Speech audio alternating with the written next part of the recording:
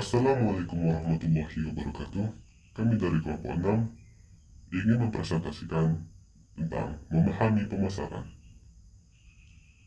Semoga kalian terhibur dengan penampilan kami. Terima kasih. Baiklah, di sini saya akan menjelaskan pengertian pemasaran.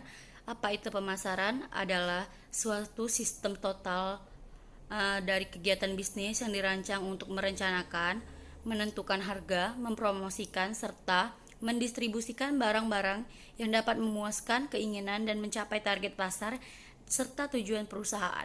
Nah, di sini ada beberapa definisi mengenai pemasaran menurut para ahli. Di antaranya itu ada Philip Kotler yang menyebutkan pemasaran itu adalah kegiatan manusia yang diarahkan untuk memenuhi kebutuhan dan keinginan melalui pertukaran. Yang kedua itu masih dengan Philip Kotler dan Armstrong mengatakan bahwa pemasaran sebagai suatu proses sosial dan manajerial yang membuat individu dan kelompok memperoleh apa yang mereka butuhkan dan apa yang mereka inginkan lewat penciptaan dan pertukaran timbal balik produk dan nilai dengan orang lain. Yang ketiga itu menurut Stanton yang menyebutkan pemasaran adalah sistem keseluruhan dari kegiatan usaha yang ditunjukkan untuk merencanakan, menentukan harga, mempromosikan, serta mendistribusikan barang dan jasa yang dapat memuaskan kebutuhan pembeli maupun pembeli potensial. Selanjutnya itu ada konsep pemasaran yang akan dilanjutkan oleh rekan saya, Hafiz. Saya persilakan. Baiklah, di sini saya akan melanjutkan materi selanjutnya yaitu mengenai konsep pemasaran. Nah, menurut Stanton 1978, konsep pemasaran adalah konsep atau falsafah bisnis di mana kepuasan konsumen merupakan syarat ekonomi maupun sosial bagi keberlangsungan perusahaan yang berkaitan. Nah, kemudian di dalam konsep pemasaran terdapat 5 konsep pemasaran. Yang pertama yaitu konsep produksi. Nah, konsep produksi merupakan salah satu konsep yang berumur, artinya melakukan pada produk yang mudah diperoleh dan memiliki harga yang murah. Hal ini dimaksudkan untuk mencapai produksi yang efisien dan berkualitas tinggi, serta dapat didistribusikan secara luas. Konsep ini dapat dilakukan apabila produk yang diminta melebihi dari penawaran dan biaya produk tersebut akan tinggi. Kedua, konsep produk. Nah, konsep produk artinya bahwa pelanggan lebih memilih produk yang memberikan mutu dan kinerja yang baik dan inovatif untuk memuaskan perhatian, sehingga pembuatan dalam produk ini harus lebih baik dan semakin disempurnakan. Nah, itulah. Baiklah, saya akan melanjutkan penjelasan mengenai konsep pemasaran. Selanjutnya, konsep penjualan. Konsep ini berpendapat bahwa kalau pelanggan dibiarkan saja, pelanggan tidak akan membeli produk industri dalam jumlah yang cukup, sehingga harus melakukan usaha penjualan dan promosi yang agresif. Konsep ini juga berpendapat bahwa konsumen tidak memiliki kemampuan atau jarang membeli, dan harus memberikan dorongan supaya membeli. Kemudian kegiatan pemasarannya ialah usaha-usaha memperbaiki teknik-teknik penjualan dan kegiatan promosi secara intensif dan agresif. Kemudian mampu mempengaruhi dan membujuk konsumen. Maka dengan hal tersebut penjualan dapat meningkat. Selanjutnya konsep pemasaran. Konsep ini berpendapat bahwa kunci untuk mencapai tujuan industri terdiri dari penentuan kebutuhan dan keinginan pasar sasaran, serta memberikan kepuasan yang diinginkan.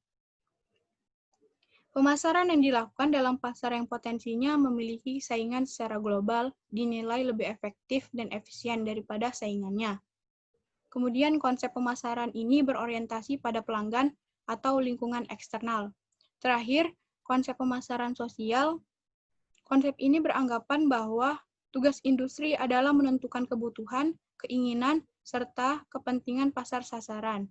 Kemudian memenuhi dengan lebih efektif serta lebih efisien daripada saingannya dengan cara mempertahankan atau meningkatkan kesejahteraan pelanggan dan masyarakat. Lalu Pemasar beranggapan bahwa konsumen hanya bersedia membeli produk-produk yang mampu memuaskan kebutuhan dan keinginannya, serta berkontribusi pada kesejahteraan sosial dan lingkungan konsumen. Tujuan hal tersebut berusaha memenuhi kebutuhan masyarakat sekaligus memperbaiki hubungan antara produsen dan masyarakat demi meningkatkan keuntungan pihak-pihak terkait. Selanjutnya akan dijelaskan oleh rekan saya.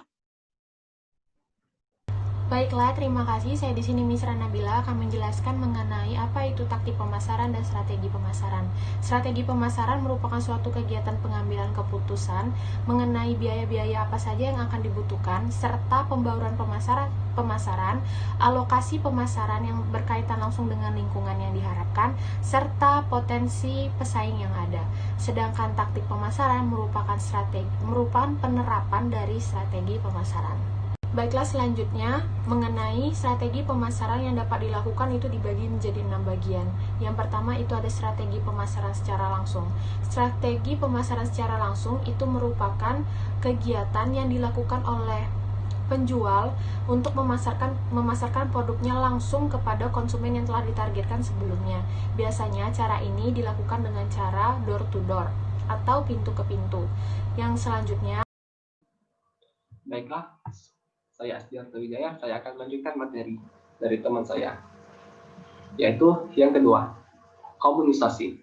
Strategi pemasaran ini dilakukan dengan memanfaatkan komunitas yang telah ada, seperti sebuah grup, baik dalam dunia virtual maupun dunia maya. Hal yang memiliki potensi yang perlu kita lanjutkan adalah dengan membangun suatu relasi ataupun komunitas untuk memberikan kemudahan dalam berbagai informasi. Baiklah, nomor 3 yaitu klarifikasi. Klarifikasi yaitu merupakan strategi yang dilakukan dengan memosisikan tujuan ataupun dalam persepsi masing-masing target pasar dengan menonjolkan suatu fungsi ataupun dengan manfaat yang sangat banyak yang bisa kita berikan kepada orang melalui suatu produk, yaitu dengan metode what for and who for and what for.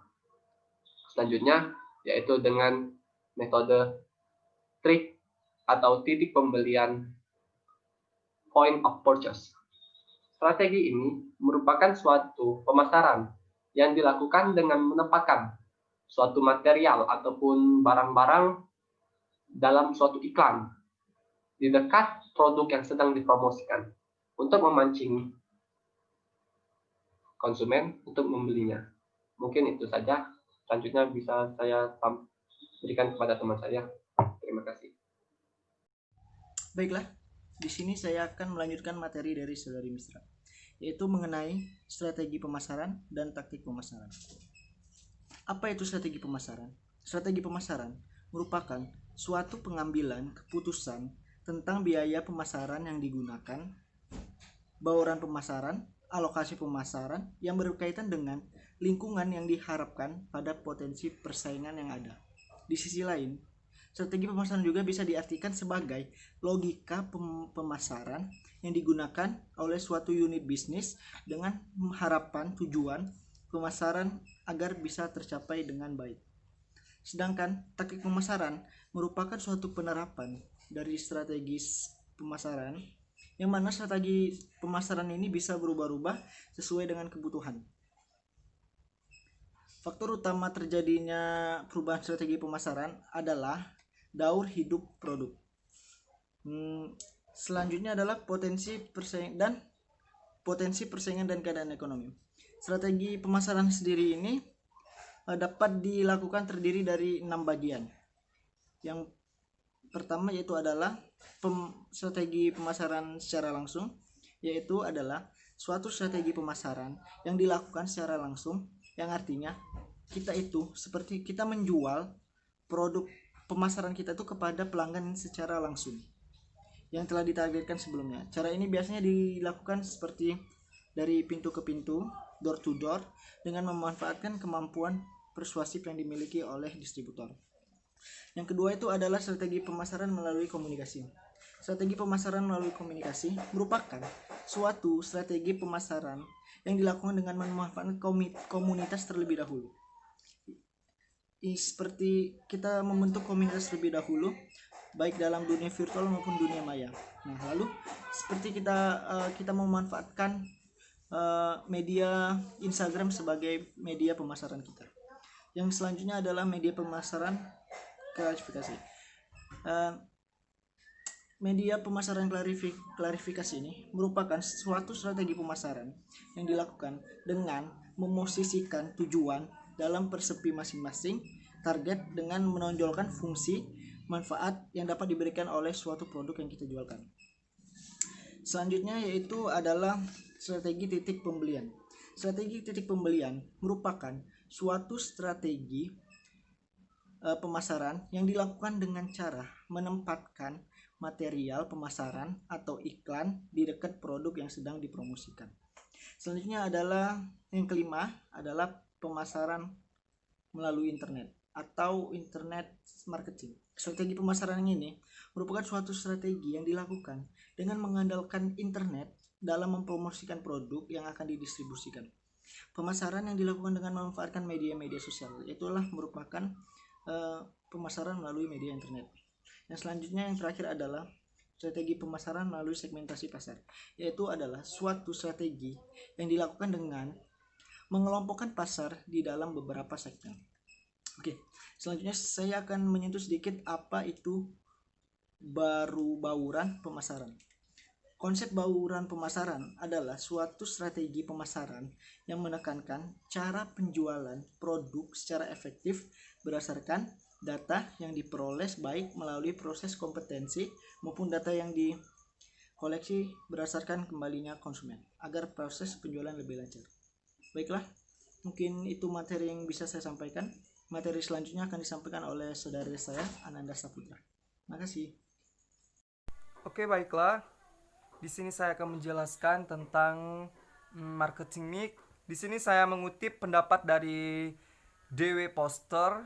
Dia menyebutkan bahwa marketing mix adalah suatu istilah yang menggambarkan seluruh unsur pemasaran dan faktor produksi yang dikerahkan guna mencapai tujuan badan usaha, misalnya laba, penghasilan, harta yang ditanam, omset penjualan, dan bagian pasar yang ingin direbut.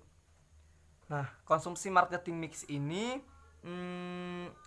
akan kami sajikan dengan mengambil contoh kasusnya langsung. Di sini kami mengambil contoh kasusnya yaitu perusahaan McDonald's atau biasa kita sebut itu McD.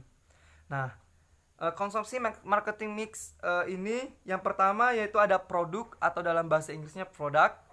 McD merupakan salah satu perusahaan yang bergerak pada industri restoran siap saji. Siapa sih nggak tahu McD gitu kan? Adapun produk yang ditawarkan terhadap konsumen yaitu semua makanan dan minuman yang sudah siap saji. Seperti makanannya itu seperti ayam crispy, ada juga minumannya gitu kan. Nah, terus yang kedua itu ada harga atau price.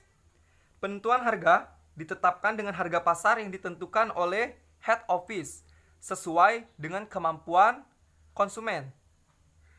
Ada istilah yang dinamakan tier. Tier ini merupakan penetapan harga sesuai dengan kemampuan konsumen di lingkungan tersebut dalam membelinya, yang artinya penetapannya sesuai dengan tempat McD berada. Jadi misalnya gini, McD ini didirikan di dalam suatu lokasi tertentu gitu. Nah, si manajer perusahaan ini atau orang yang ada di dalam perusahaan ini, mereka melakukan analisis dalam perusahaan tersebut. Analisis ini yaitu analisis harganya gitu kan. Mereka mempertimbangkan dengan kemampuan harga beli dari masyarakat yang ada di lokasi tersebut gitu. Jadi penentuan harganya ini sesuai dengan lokasinya. Ini yang dinamakan tier. Terus yang ketiga itu ada tempat atau place. Berhubungan dengan lokasi untuk mendistribusikan produk kepada pelanggan di mana tempat tersebut harus strategis. Biar bagi target pasar yang dituju, yaitu segmen kaula muda dan keluarga. Yang keempat itu ada promosi atau promotion. Secara umum, program promosi dari market wide adalah promosi advertising. Melalui iklan TV, strategi promosi yang dilakukan meliputi. Jadi di dalam promosi ini ada strategi-strateginya. Yang pertama itu promosi public relation, atau dalam pengertiannya yaitu melalui hospitality dengan memberikan pelayanan yang lebih kepada pelanggan melalui magic moment. Yang kedua itu ada advertising atau iklan. Nah, untuk iklan ini itu melalui above the line atau kerjasama dengan stasiun radio lokal untuk menginformasikan event-event yang diadakan oleh McD.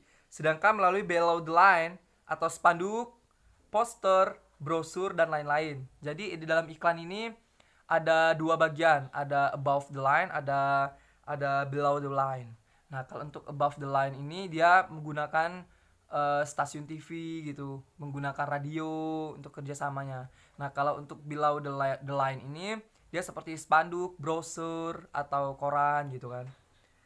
Terus selanjutnya itu ada event atau peristiwa yang dilaksanakan di McD yang dapat dijadikan sebagai sarana promosi yang merupakan kerjasama dengan perusahaan-perusahaan lain. Nah, misalnya kita lihat di suatu perusahaan lain, misalnya contoh ya, di perusahaan lain itu mengadakan event besar-besaran misalnya dengan mengadakan produk diskon 50%. Nah, itu termasuk di dalam event ini, dalam promotion bagian event. Nah, jadi dengan dia mengadakan event diskon besar-besaran atau obral besar-besaran, jadi masyarakat tertarik untuk membeli produknya gitu. Nah, ini salah satu caranya. Terus berikutnya itu ada personal selling, yaitu interaksi langsung antara satu atau lebih calon pembeli dengan tujuan melakukan penjualan. Ini seperti perusahaan Indomaret misalnya. Indomaret kan pernah kita lihat tuh orang-orang Indomaret itu berkeliling gitu, membagikan brosurnya ke rumah-rumah atau ke personal lah, ke antara satu orang ke satu orang yang lainnya gitu. Nah, ini ditujukan untuk supaya orang-orang itu mana yang belum tahu bisa jadi lebih tahu gitu kan. Dengan cara kan kita kan personal selling. Jadi kita bisa ngobrolnya lebih luas gitu kan.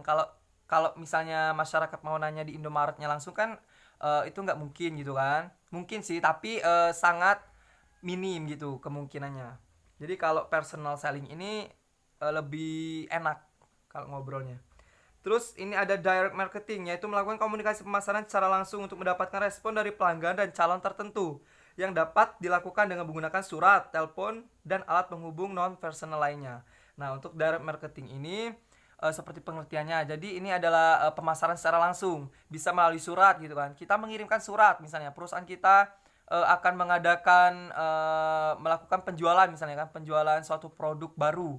Nah, kita kirim surat sama perusahaan lainnya atau sama orang-orang lainnya gitu kan, orang yang kita kenal langsung, secara langsung gitu. Bisa juga lewat telepon atau alat-alat yang lainnya. Mungkin itu saja.